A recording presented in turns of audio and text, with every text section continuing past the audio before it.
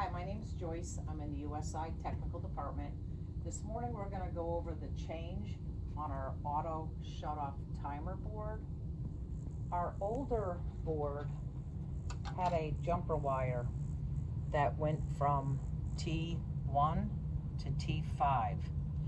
They've eliminated this jumper wire, and there used to be a red wire that plugged into T2.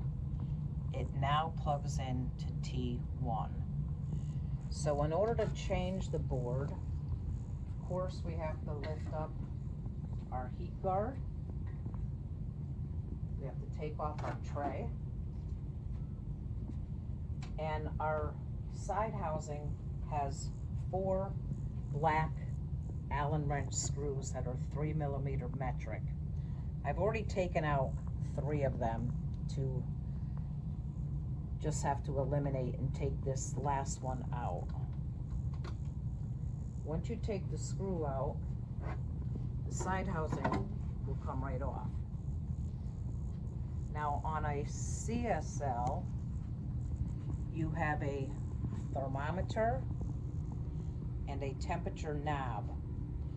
You have to turn the temperature knob to the lowest setting to loosen up this little Allen set screw.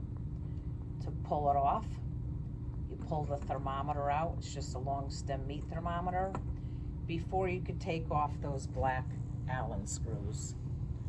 So once you get the cover off, this is a new timer board. You could see that they eliminate that black wire. The red wire now plugs into T1. And that is how you change the auto shut-off timer board.